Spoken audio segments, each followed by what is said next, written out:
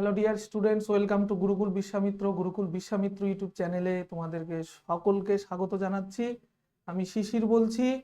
Mix GK এক্সপ্রেসের উপরে তোমাদের জন্য আজকে দ্বিতীয় ক্লাস নিয়ে এসেছি। তাই চলো কথা না বাড়িয়ে আমরা শুরু করে দিচ্ছি আজকের দ্বিতীয় ক্লাস। তো যেরকমটা বলেছিলাম সেটা হচ্ছে যে মিক্স জিকে এক্সপ্রেসের আজকে হচ্ছে ক্লাস নাম্বার কত? তাহলে ক্লাস নাম্বার 2। আজকের প্রথম প্রশ্ন, শোষিত সূর্যালোকের কত শতাংশ সালোক সংশ্লেষে ব্যবহৃত হয়? শোষিত অর্থাৎ সূর্য থেকে যে আলোক রশ্মিটা আসে সেই শোষিত সূর্যালোকের কত শতাংশ সালোক সংশ্লেষে ব্যবহৃত হয়? 83%, 5%, 1% to 3%, নাকি 12%? তাহলে চারটি অপশন রয়েছে, কোনটা সঠিক বলে মনে হচ্ছে তোমরা ভাবো একটু। 83%, 5%, 1 to 3%, নাকি 12%? তাহলে 1 নম্বর প্রশ্নের আমার সঠিক উত্তর হয়ে যাচ্ছে অপশন 3 বা গ, 1 থেকে 3%। প্রথম প্রশ্নের পরে আমরা দ্বিতীয় প্রশ্নে যাচ্ছি। সালোক সংশ্লেষের সময় ইলেকট্রন পরিবহনের জন্য দায়ী ধাতব আয়ন কোনটি? সোডিয়াম, কোবাল্ট, পটাশিয়াম, নাকি লোহা? সোডিয়াম, কোবাল্ট, পটাশিয়াম, নাকি লোহা? তাহলে তোমরা একটু ভাবো কোনটা হতে পারে, সোডিয়াম, কোবাল্ট, পটাশিয়াম, নাকি লোহা? এই ক্ষেত্রে আমার সঠিক উত্তর হয়ে যাচ্ছে কোবাল্ট, অর্থাৎ দ্বিতীয় অপশনটি। তারপরে কোশ্চেন নাম্বার 3, ইএমপি পদ আমরা পড়েছিলাম ছোটবেলায়। ইএমপি এর সম্পূর্ণ অর্থ কি বা সম্পূর্ণ ফুল ফর্মটা কি? Embden Meyerhof Parnas, Edward Meyerhof Parnas, Embden Meyerhof Parnas, নাকি এডওয়ার্ড মেডারহফ পার্নেস? আসলে তিনজন সায়েন্টিস্ট বা বিজ্ঞানীর নাম দিয়েই ইএমপি পদ বা ইএমপি এই ফুল ফর্মটি কিন্তু হয়েছে।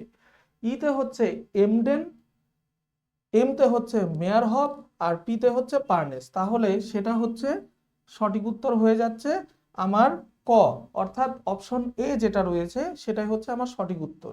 তাহলে ইএমপির সম্পূর্ণ অর্থ হচ্ছে Embden Meyerhof Parnas. Question number 4, খুব সোজা। ভারতের দীর্ঘতম নদী, এটা সকলেই পারবে যারা এই মুহূর্তে দেখছো এই ভিডিওটি। আমাজন, নীলনদ, গঙ্গা, নাকি দামোদর? তাহলে আমাজন, নীলনদ এরা তো নিশ্চয় ভারতে অবস্থিত কোনো নদী নয়। গঙ্গা নাকি দামোদর? তাহলে এর মধ্যে আমরা জানি কোনটি ভারতের দীর্ঘতম নদী। খুব সোজা, এটা হচ্ছে গিয়ে গঙ্গা। খুব সোজা। চলো ঝটিকা সফরে 5 নম্বর কোশ্চেন, শেরশাহের প্রকৃত নাম কি?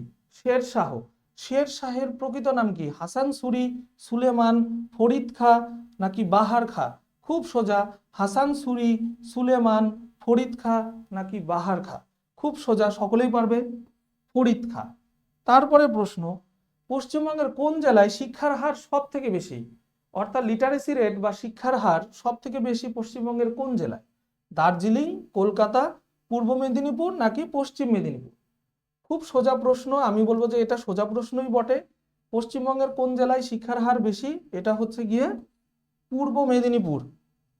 তারপরে এটাও খুব সোজা, সকলেই পারবে এই মুহূর্তে যারা দেখছো। পশ্চিমবঙ্গের সর্বোচ্চ শৃঙ্গ কোনটি? সান্দাকফু, সিঙ্গালীলা, টাইগার হিল, নাকি ডেলো পাহাড়? ভালো করে বোঝো, সান্দাকফু, সিঙ্গালীলা, টাইগার হিল, নাকি ডেলো পাহাড়? তাহলে এটাও তোমরা জানো যে পশ্চিমবঙ্গের সর্বোচ্চ শৃঙ্গ হচ্ছে সান্দাকফু। পশ্চিমবঙ্গের প্রথম মুখ্যমন্ত্রী কে ছিলেন? খুব ভালো প্রশ্ন। পশ্চিমবঙ্গের প্রথম মুখ্যমন্ত্রী কে ছিলেন? বিধানচন্দ্র রায় বা ডক্টর বিধানচন্দ্র রায়, ডক্টর প্রফুল্লচন্দ্র ঘোষ, অতুল্য ঘোষ, নাকি প্রফুল্ল সেন? প্রফুল্ল দিয়ে দুটো অপশন রয়েছে, বিধানচন্দ্র রায় তো আছেই, পশ্চিমবঙ্গের উপকার আমরা সকলেই জানি, অতুল্য ঘোষ। তাহলে বলেছে এইখানে পশ্চিমবঙ্গের প্রথম মুখ্যমন্ত্রী কে ছিলেন? সঠিক উত্তর ডক্টর প্রফুল্লচন্দ্র ঘোষ। দুর্গাপুর কোন নদীর তীরে অবস্থিত? সুবর্ণরেখা, দামোদর, অজয়, ময়ূরাক্ষী? দুর্গাপুর কোন নদীর তীরে অবস্থিত? খুব ভালো প্রশ্ন। দেখো, সুবর্ণরেখা, দামোদর, অজয়, নাকি ময়ূরাক্ষী? একটু ভেবে নিয়ে উত্তর করো কোনটি সঠিক উত্তর হবে এই প্রশ্নের ক্ষেত্রে। দুর্গাপুর হচ্ছে আমার সুবর্ণরেখা নদীর তীরে অবস্থিত।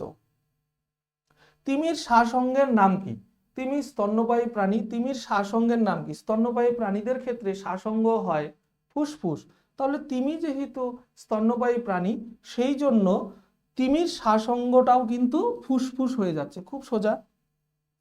ভারতের সংবিধান কবে গৃহীত হয়? একটা হচ্ছে গৃহীত হওয়া, আরেকটি হচ্ছে কার্যকরী হওয়া। তো এখানে গৃহীত হওয়ার ব্যাপার, সেটা তোমরা আশা করছি সকলেই জানো এই মুহূর্তে যারা দেখছো। সেটা হচ্ছে 1949 সালের কত তারিখ? 1949 সালের 26শে ডিসেম্বর নাকি 26শে নভেম্বর, দুটোই রয়েছে। 50 সালের দুটো তারিখ রয়েছে এবং 49 সালের কতটি তারিখ রয়েছে? দুটি তারিখ। তাহলে 1949 সালের হচ্ছে 26শে নভেম্বর গৃহীত হয়। আর কার্যকরী কবে হয় বলো?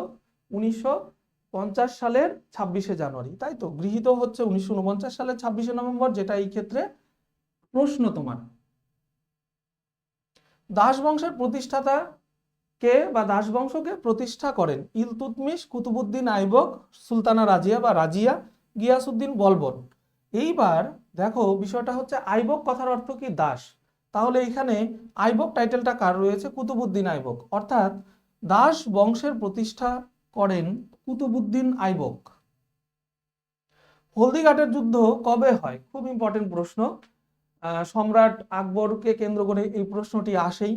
1526, 1576, 1956, 1527। তাহলে 1526 সালে কোন যুদ্ধ হয়? পানিপথের প্রথম যুদ্ধ। 1956 এই ক্ষেত্রে কিছু নেই। 1527 সালে হয় হচ্ছে খানুয়ার যুদ্ধ। আর 1576 সালে কি হয়? হলদিঘাটের যুদ্ধ। এশিয়াটিক সোসাইটিকে প্রতিষ্ঠা করেন? Warren Hastings, William Jones, Wellesley, William carry. তাহলে এশিয়াটিক সোসাইটিকে প্রতিষ্ঠা করেন, এশিয়াটিক সোসাইটি প্রতিষ্ঠা করেন উইলিয়াম জোন্স। এইখানে সালটা উল্লেখ নেই, আমি বলে দিচ্ছি 1784 সালে কিন্তু Asiatic society sir William Jones উনি প্রতিষ্ঠা করেন। অধীনতামূলক মিত্রতা নীতি কে প্রতিষ্ঠা করেন বা কে চালু করেন? এই নীতিটি অধীনতামূলক মিত্রতা নীতি কর্নওয়ালিস, ওয়েলেসলি, ডালহৌসি নাকি ওয়ারেন হেস্টিংস?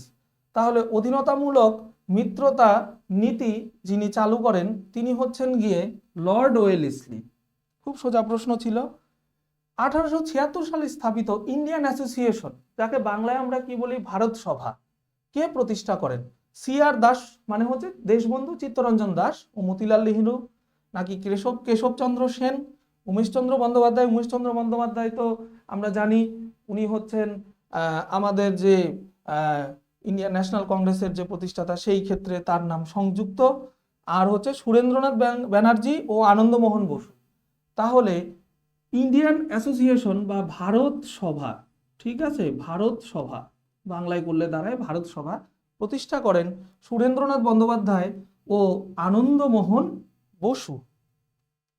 টেবিল সল্টকে বাংলা করলে দাঁড়ায় সাধারণ খাদ্য লবণ। তাহলে সাধারণ খাদ্য লবণ কাকে বলা হয়? খুব সোজা, এটা আমার অপশন না দেখলেও চলে, তোমরাও আশা করি পারবে। সোডিয়াম ক্লোরাইডের সংকেত কি? NaCl, তাই তো? সোডিয়াম ক্লোরাইড NaCl, একে বলা হচ্ছে টেবিল সল্ট বা সাধারণ খাদ্য লবণ। ভিনিগার আসলে কি? সায়েন্স থেকে প্রশ্ন, এর আগেরটাও ছিল, এটাও। ভিনিগার আসলে কি? Acetic acid, formic acid, citric acid না বউটেন? তাহলে ভিনিগারটা হচ্ছে অ্যাসিটিক অ্যাসিড।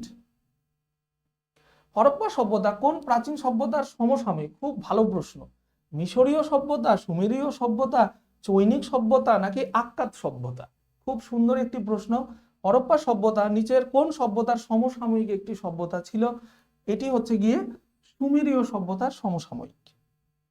যাবতী প্রথার উদ্যোক্তা কে ছিলেন? যাবতী প্রথা, এটাও হচ্ছে একজন মুঘল সম্রাটের সঙ্গে সম্পর্কিত এই প্রশ্নটি। আকবর, শেরশাহ সূরি, সিকান্দার লোদি নাকি গিয়াসউদ্দিন তুগলক? তাহলে এইখানে আকবর, এটি হয়ে যাচ্ছে সঠিক উত্তর, যাবতী প্রথার উদ্যোক্তা। মালবিকাগ্নিমিত্রম নাটকের রচয়িতাকে? মালবিকাগ্নিমিত্রম নাটকের রচয়িতা কালিদাস, পতঞ্জলি, অশ্বঘোষ নাকি বাণভট্ট? তাহলে মালবিকাগ্নিমিত্রম এই নাটকের রচয়িতা হচ্ছেন মহাকবি কালিদাস।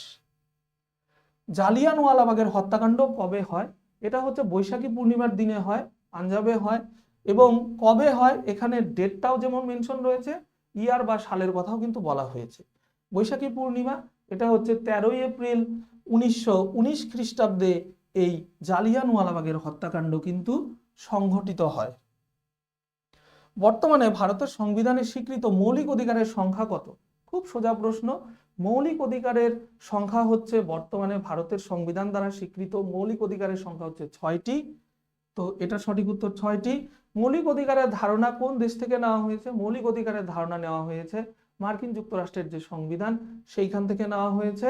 আর সম্পত্তির অধিকার, এই অধিকারটি বর্তমানে ভারতীয় সংবিধানের 300A নং ধারায় কিন্তু রয়েছে এবং 1978 সালে 44তম সংবিধান সংশোধনীর মাধ্যমে সম্পত্তির অধিকারকে মৌলিক অধিকার থেকে বাদ দেওয়া হয়েছে। এই এক্সট্রা তথ্য বা ইনফরমেশন তোমাদের দেওয়া থাকলো, তোমরা কিন্তু অবশ্যই মাথায় রেখো, ঠিক আছে।